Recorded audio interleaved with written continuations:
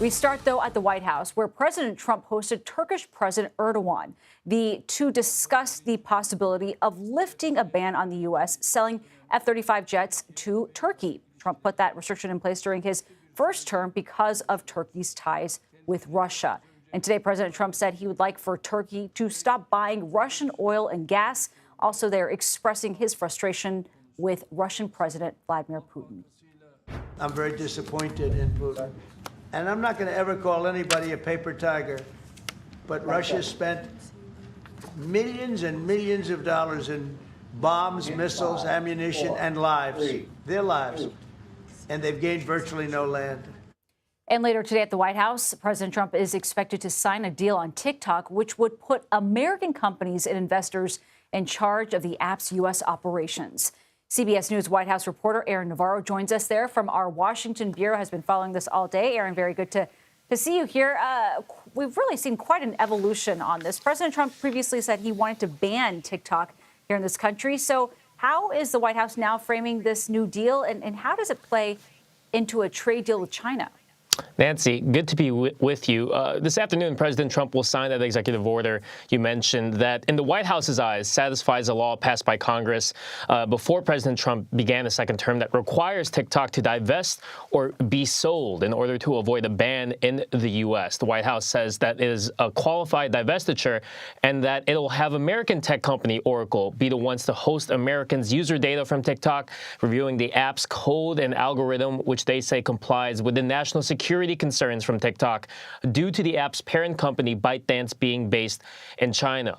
A consortium of American investment firms, including Oracle, will also have a stake in TikTok. Want to note real quick that Oracle was founded by Larry Ellison, whose son David Ellison is the CEO of Paramount Skydance, which is the parent company of CBS News. But overall, the White House feels that this makes them 100% compliant with the law that has been the basis for any potential ban of TikTok, which President Trump has repeatedly delayed since beginning his second term.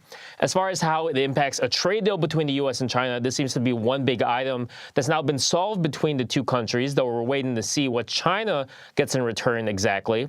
Administration officials say that there are still ongoing conversations regarding China's purchasing of Russian oil exports, as well as China not buying enough U.S. agricultural products, but they say that they're in constant and productive negotiations with their Chinese counterparts, and they're looking to make progress between now and Thanksgiving.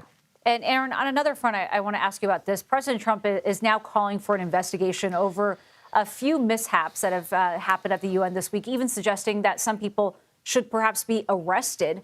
What can you tell us about his accusations here and how the UN might be responding?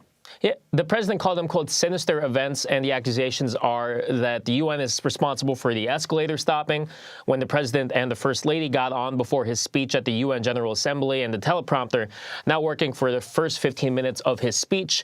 He also believed that there is some nefarious things behind the sound in the room being off or very low during his remarks in the auditorium. He called it at one point, quote, triple sabotage.